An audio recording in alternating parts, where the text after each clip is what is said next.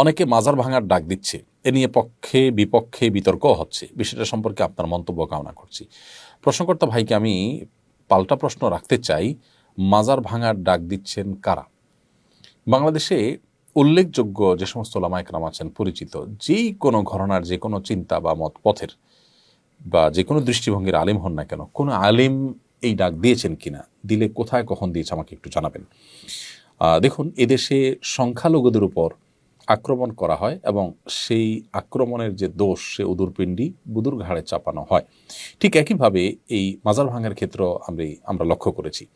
পরিষ্কারভাবে আমরা বলতে চাই যে কোনো মুসলিম নামধারী নিজেকে, যিনি মুসলমান দাবি করছেন, তিনি যদি শিরকে লিপ্ত হন, তাহলে সেক্ষেত্রে তাকে আমাদের দাওয়াত দিতে হবে, সংশোধনের পথে আহ্বান করতে হবে। তার যে মাজার, সেটা ভেঙে, যে মাজার সে সিজদা করছে বা যে মাজারকে তিনি পুজো করছেন অথবা সেখানে তিনি শিরকে লিপ্ত হয়েছেন, সেটাকে ভেঙে দেওয়াটাই সমাধান নয়। তাকে দাওয়াত দিবেন।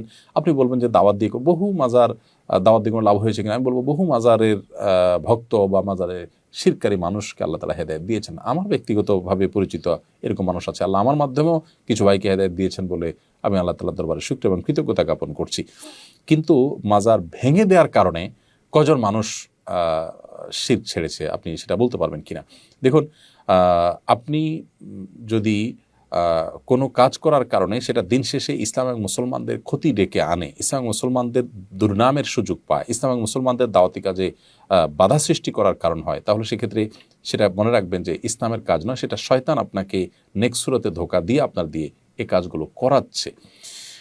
কাদিয়ানীদের মধ্যে দাওয়াতি কাজ করেন এমন একজন প্রথিতযশা আলেম আমাকে বলেছেন ব্যক্তিগতভাবে, আমার বন্ধু মানুষ, মৌলানা আব্দুল মজিদ, ওনার নাম, অনেক বই পুস্তক লিখেছেন। তিনি বলেছেন, ভাই, আজকাল আমি সেখানে দাওয়াতি কাজ করাটা আমার জন্য কঠিন হয়ে গেছে এবং এটাকে রেফারেন্স হিসেবে টানা হচ্ছে। আমরা অনুগ্রহ করে সবাইকে বলবো এই বিষয়ে সহনশীলতার পরিচয় দিতে এবং ওলামা একরাম আপনাদের কাউকে কাজের নির্দেশ দিয়েছেন কিনা, দিলে তার নাম বলুন। কোন ভিডিওতে, কোন বক্তব্যে, কোন অনুষ্ঠানে, প্রকাশ্যে বা অপ্রকাশ্যে কোন আলেম বলেছেন আমাদেরকে বলুন। এই যে রবিউল আউয়াল আসছে, 12 রবিউল আউয়াল, সে উপলক্ষে আমরা বলবো সবাইকে সর্বোচ্চ সতর্ক থাকবার জন্য, যাতে কোনোভাবে 12 রবিউল আউয়াল উপলক্ষে যে আনুষ্ঠানিকতা হয়ে থাকে, আমাদের অনেক ভাইয়েরা যে সমস্ত জশ্নে জুলুস ইত্যাদি করে থাকেন, সেখানে কোনো মানুষ যেন আক্রমণ করার চেষ্টায় লিপ্ত না হন। আমরা অনুগ্রহ করে সবাইকে সর্বোচ্চ সহনশীল থাকার কথা বলবো। যেহেতু মাজার ভাঙার প্রশ্ন আসছে, সেজন্য কয়েকদিনের মধ্যেই যেহেতু রবিউল আউয়াল শুরু হচ্ছে, 12 রবিউল আউয়াল শুরু হচ্ছে, সেজন্য সে বিষয়ে আমরা সবাইকে উদাত্ত আহ্বান করছি সর্বোচ্চ সহনশীলতার পরিচয় দিতে। মনে রাখবেন, এগুলো কোনো অবস্থাতে একজন দায়িত্বশীল মুসলিমের কাজ নয়। আপনার কোনো কাজে যদি ইসলাম এবং মুসলমানদের উপকারের চাইতে ক্ষতি বেশি হয়, তাহলে সেটা শয়তানের পরিকল্পনা বা সেটাতে শয়তান খুশি হবে, এটা বলাই বাহুল্য।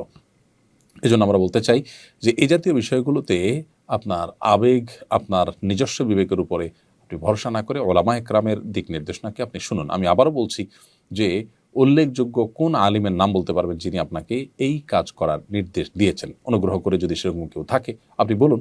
আমার জানা মতো এরকম কেউ নেই। আল্লাহ তাআলা আমাদেরকে হেদায়েত দান করুন।